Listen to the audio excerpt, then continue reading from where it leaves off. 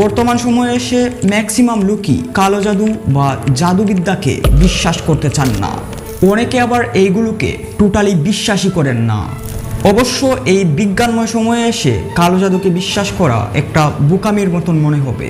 আপনি বিশ্বাস করেন কিংবা নাই করেন, কালো জাদুর এই ভয়ঙ্কর দিকগুলো আপনাকে ভাবিয়ে তুলতে সক্ষম। এই কালো জাদু বিজ্ঞানের দ্বার ধারে না, বিজ্ঞানের কোনো সূত্রই মানে না। এই কালো জাদু মানে তার নিজস্ব সূত্র, যা দিনের পর দিন, মাসের পর মাস আর বছরের পর বছর সাধনার ফলে জাদুকরেরা অর্জন করে থাকেন।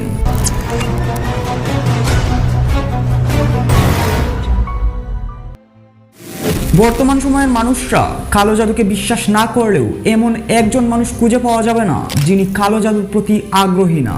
যদিও ম্যাক্সিমাম লোক কালো জাদুকে বিশ্বাস করেন না। এই দীর্ঘ মানব সভ্যতার ইতিহাসে মানুষ কালো জাদুর প্রতি সীমাহীন আগ্রহ দেখিয়েছে।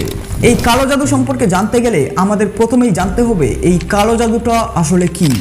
ব্ল্যাক ম্যাজিক এটা এমন এক ধরনের সুপার ন্যাচারাল পাওয়ার যার মাধ্যমে শয়তানের থেকে সাহায্য নিয়ে মানুষের ক্ষতি কিংবা নিজের লাভ করা হয়। এই কালো জাদুর ইতিহাস অনেক সমৃদ্ধ।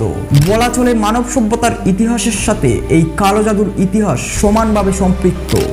রবার্ট মিচেল প্লেসের বিখ্যাত বই ম্যাজিক অ্যান্ড অ্যালকেমিতে বলা হয়েছে, আত্মার আদিম এবং আচরণিক উপাসনাই জন্ম দিয়েছে সাদা ও কালো দুই ধরনের জাদুকেই। পৃথিবীর ইতিহাসে কালো জাদুর উৎপত্তি স্থল হিসাবে ধরা হয় বেবিলনকে। অবশ্য তার প্রমাণ আল কুরআনেও আছে। হারুত এবং মারুত নামক দুইজন অ্যাঞ্জেল বা ফেরেশতাকে এই বেবিলন বা বাবেল শহরে পাঠানো হয়েছিল, যার প্রমাণ সূরা বাকারার 102 নং আয়াতে দেয়া আছে। প্রাচীন ভারতেও কিন্তু কালো জাদুর অনেক জনপ্রিয়তা ছিল। অবশ্য ভারতের অনেক জায়গায় এখনো এর প্রচলন আছে। প্রাচীনকাল থেকেই ভারতের বিভিন্ন ঋষি, মণি এবং তান্ত্রিকদের গুপ্তবিদ্যার কথা জানা যায়। বলা হয় প্রাচীন ভারতের জাদুবিদ্যা এতটাই ভয়ঙ্কর ছিল যে একজন জাদুকর মানুষের মুখ দেখেই তার ভবিষ্যৎ বলে দেওয়ার ক্ষমতা রাখত।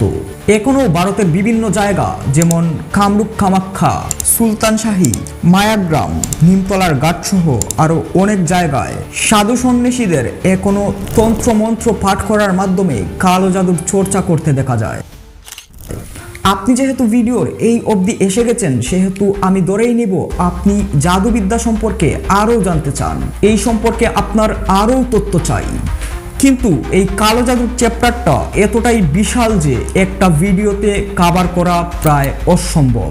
যদিও আমি এই ভিডিওটাকে যদি 10 থেকে 15 মিনিট বানাতাম তাহলে হয়তো সব কিছু কভার করতে পারতাম, কিন্তু আমার কিছু পার্সোনাল প্রবলেমের কারণে এইটা হয়ে ওঠেনি। তবে হ্যাঁ, যদি আমি এই ভিডিওতে ভালো একটা রেসপন্স পাই তাহলে এই ভিডিওর পার্ট 2 নিয়ে আসবো। আজকে এই পর্যন্তই।